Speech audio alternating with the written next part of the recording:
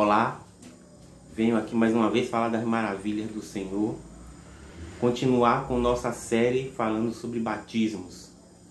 Dessa vez vou falar sobre batismo no Espírito Santo, um pouco sobre o batismo do Espírito Santo, um batismo tão importante para os cristãos, o batismo da igreja.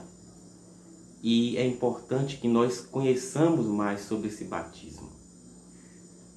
Vou usar como base o texto do livro de Atos, capítulo 1, onde, após a ressurreição do Senhor, ele dá instruções aos discípulos para que fiquem em Jerusalém, para que recebam esse batismo no Espírito Santo. Vamos ler Atos, capítulo 1. Eu vou pegar a partir do versículo 4. Certa ocasião, enquanto comia com eles, deu-lhes esta ordem: não saiam de Jerusalém, mas esperem pela promessa de meu Pai, da qual lhes falei. Pois João batizou com água, mas dentro de poucos dias vocês serão batizados com o Espírito Santo. Então os que estavam reunidos lhe perguntaram: Senhor, é neste tempo que vai restaurar o reino a Israel? Ele lhe respondeu: não lhes compete saber os tempos ou as datas que o Pai estabeleceu pela sua própria autoridade, mas receberão poder quando o Espírito Santo descer sobre vocês, e serão minhas testemunhas em Jerusalém, em toda a Judéia e Samaria e até os confins da terra. Amém? Vamos parar por aí. Nessa passagem, eu quero pontuar 4 versículos. O primeiro é este: não saiam de Jerusalém, mas esperem pela promessa de meu Pai, da qual lhes falei. Nesse versículo aqui, podemos perceber que o batismo no Espírito Santo é uma promessa, como Jesus está dizendo aqui. Esperem pela promessa de meu Pai. E onde está essa promessa? Em todo o Antigo Testamento. Em todos os profetas está essa promessa de que Deus iria derramar o batismo no Espírito Santo. Mas tem um livro de um profeta específico que deixa mais claro essa promessa, que é o livro do profeta Joel. Vamos dar um pulinho lá.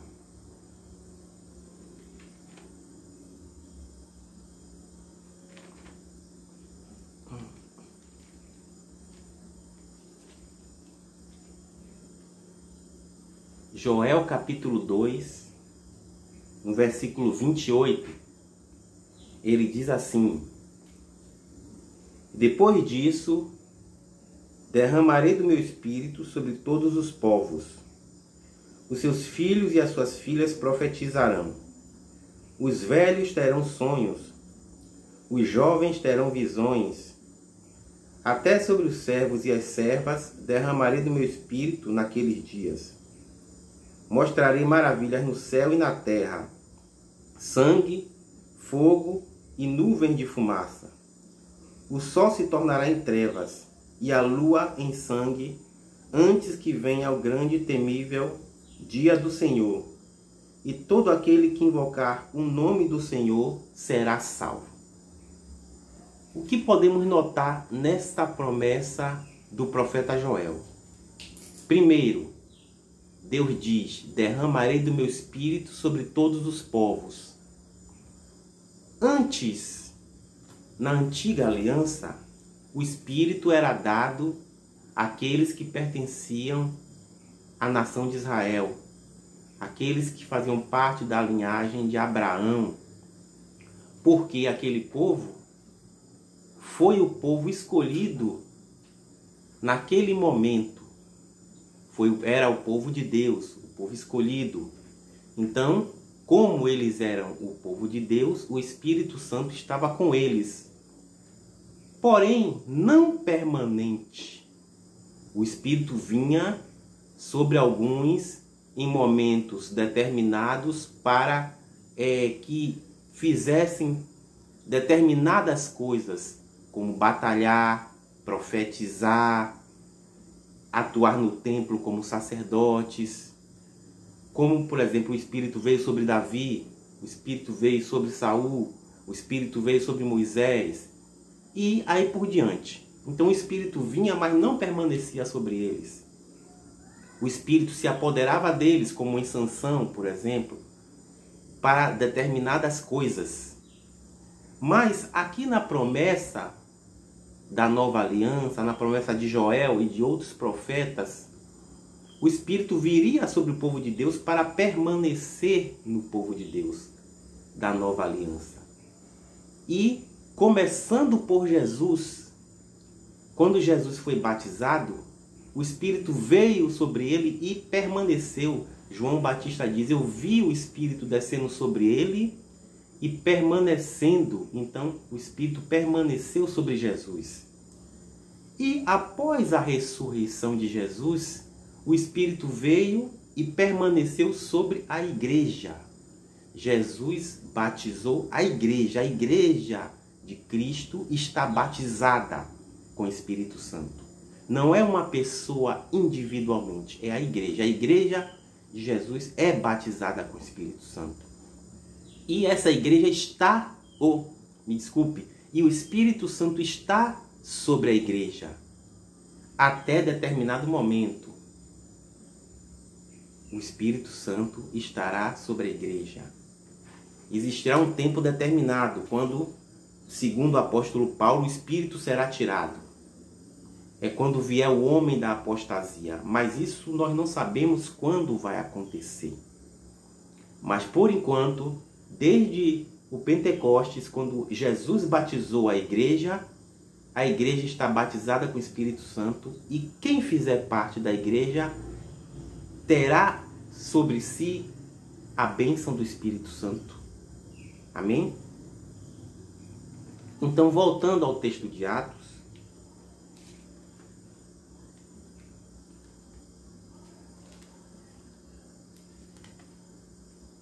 o primeiro ponto nosso foi o Espírito pertence agora a todos aqueles que creem, todos os povos, não apenas aos judeus. E permanentemente, o Espírito permanece sobre nós. A segunda coisa que eu quero pontuar agora é,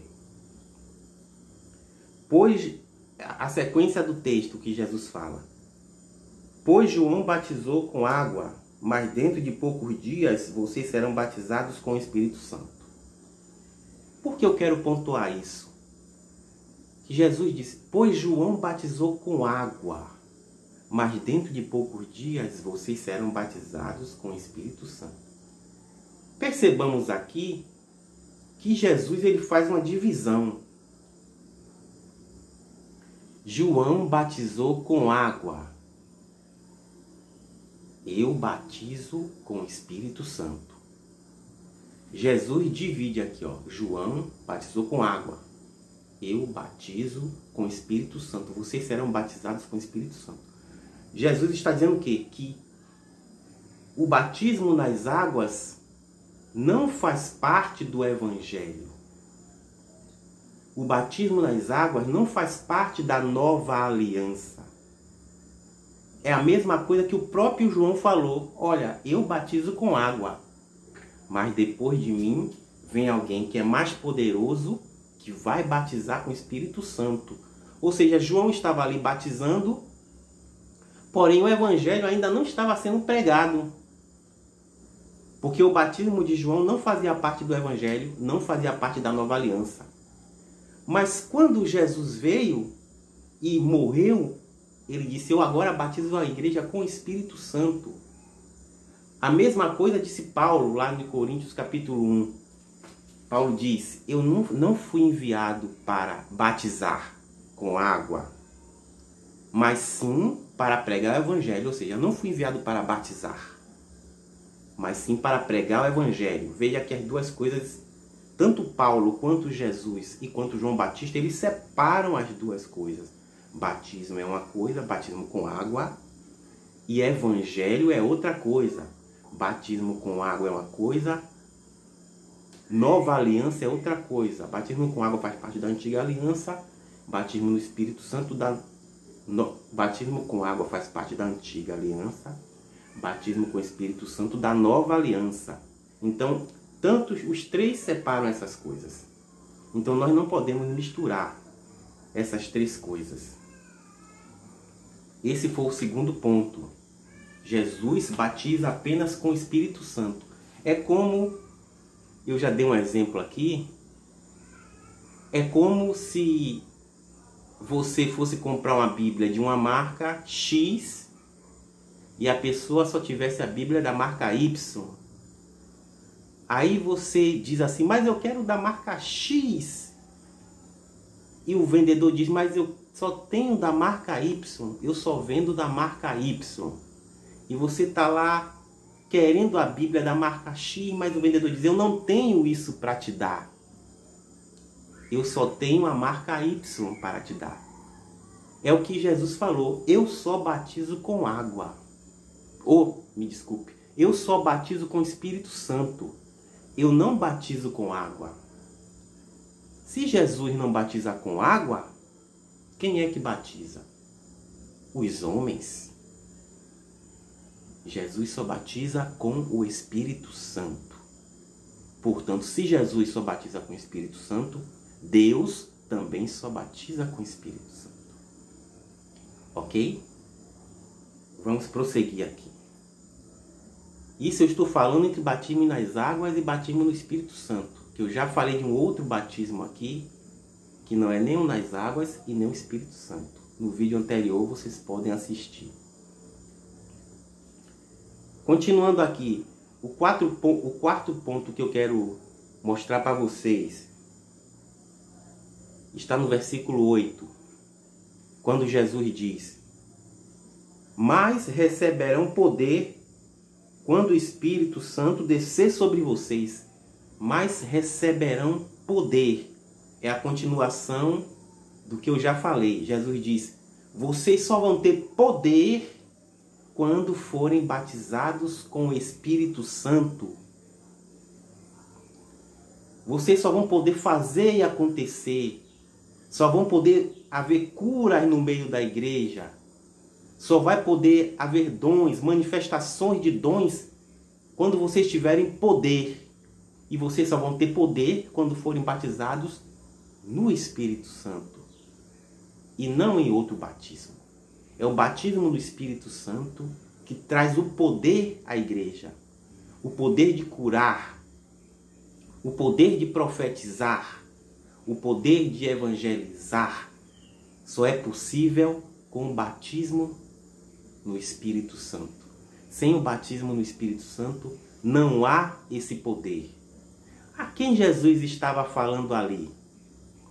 Jesus estava falando isso para homens e mulheres batizados nas águas. Estava todo mundo ali batizado nas águas. Agora eu vou fazer acontecer porque eu estou batizado nas águas. Eu sou batizado no batismo de João. Mas Jesus disse, não. Vocês só vão poder evangelizar, pregar em meu nome, curar enfermos, fazer milagres, ressuscitar mortos, depois que forem batizados com o Espírito Santo, depois que eu derramar o Espírito Santo sobre vocês. Antes disso, não. Ok? Quarto ponto. E serão minhas testemunhas em Jerusalém, em toda a Judéia e Samaria, e até os confins da terra. É a continuação do que eu falei. Serão minhas testemunhas, só vão poder ser minhas testemunhas quando o Espírito descer sobre vocês. Quando o Espírito descer e permanecer sobre vocês, como permaneceu sobre mim, sobre ele, Jesus. Então, quando o Espírito permanecer sobre a igreja, aí vocês vão ter poder. Serão minhas testemunhas, pregarão o Evangelho. Não existe dar o testemunho de Jesus sem o Espírito Santo. Porque o próprio Jesus está dizendo aqui, vocês só serão minhas testemunhas quando o Espírito Santo estiver sobre vocês. Amém? E nesse batismo no Espírito Santo veio alguns dons, se manifestou logo alguns dons ali. Existem vários dons que são dados à igreja no batismo do Espírito Santo. Lá no livro de Coríntios a gente pode ver quando Paulo especifica cada dom. Porém, eu vou falar aqui de alguns que se manifestaram logo, imediatamente, aquele batismo que foi feito ali, em Pentecostes. No capítulo 2. Chegando o dia de Pentecostes, estavam todos reunidos num só lugar. De repente veio do céu um som, como de um vento muito forte, e encheu toda a casa na qual estavam assentados. E viram o que parecia línguas de fogo, que se separaram e pousaram sobre cada um deles. Todos ficaram cheios do Espírito Santo e começaram a falar noutras línguas, conforme o Espírito os capacitava. Então, o primeiro dom a se manifestar foi o dom de línguas. A casa se encheu do Espírito Santo, eles se encheram do Espírito Santo e começaram a falar em outras línguas. Línguas de homens e de anjos, como Paulo fala lá em Coríntios. Então, as pessoas que passavam ali ficavam assim, olha, eles estão falando em nossa língua, os romanos, os gregos, os sírios, líbios, os egípcios, povos do Oriente, todos passavam ali e ficavam, como é que eles estão falando em nossa língua? Que coisa é essa? E ficava todo mundo ali sem entender nada. E foi nessa situação que Pedro levantou-se com os 12 apóstolos e ali se manifestou um outro dom, o dom de profecia. Vamos ler aqui no capítulo 2, continuando. Então Pedro levantou-se com os 11 e, em alta voz, dirigiu-se à multidão. Homens da Judéia e todos os que vivem em Jerusalém, Pedro falando. Homens da Judéia e todos os que vivem em Jerusalém, deixem-me explicar isto. Ouçam com atenção. Estes homens não estão bêbados, como vocês supõem. Ainda são 9 horas da manhã. Ao contrário, isto é o que foi predito pelo profeta Joel. Aí Pedro fala aqui a profecia, coloca a profecia do profeta Joel, dizendo, olha, isso foi o que Joel predisse. Então estes homens não estão bêbados, porque as pessoas que passavam ali achavam que estava todo mundo bêbado, porque estavam falando em outras línguas que eles não conheciam, e está todo mundo bêbado, tão maluco, essas coisas todas, porque eles não entendiam. Então Pedro levantou ali e o segundo dom a se manifestar foi o dom de profecia, que Pedro levantou e falou. Esse é o dom de profecia. Pedro começou a profetizar. Pedro começou a falar, a citar os profetas Joel. Pedro começou a citar Davi. Pedro começou a citar outros profetas. Veja que Pedro não tinha essa capacidade. Mas naquele momento o Espírito Santo capacitou Pedro, que ele abriu a boca e falou.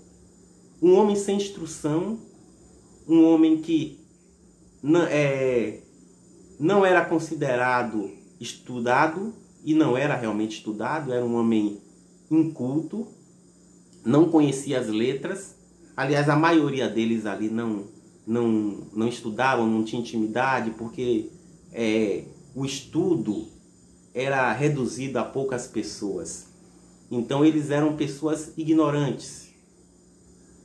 Portanto, capacitados pelo Espírito Santo, eles levantaram e deram aula a reis, deram aula aos sacerdotes, falaram dos profetas, falaram da lei de Moisés, e todos ficavam ali admirados. Como é que eles sabem isso? Como é que eles entendem? Quem foi que deu essa autoridade para eles? E eles, olha, a autoridade vem do Espírito Santo de Deus, que nos capacitou para falar, para lembrar, para abrir a boca e falar da palavra de Deus.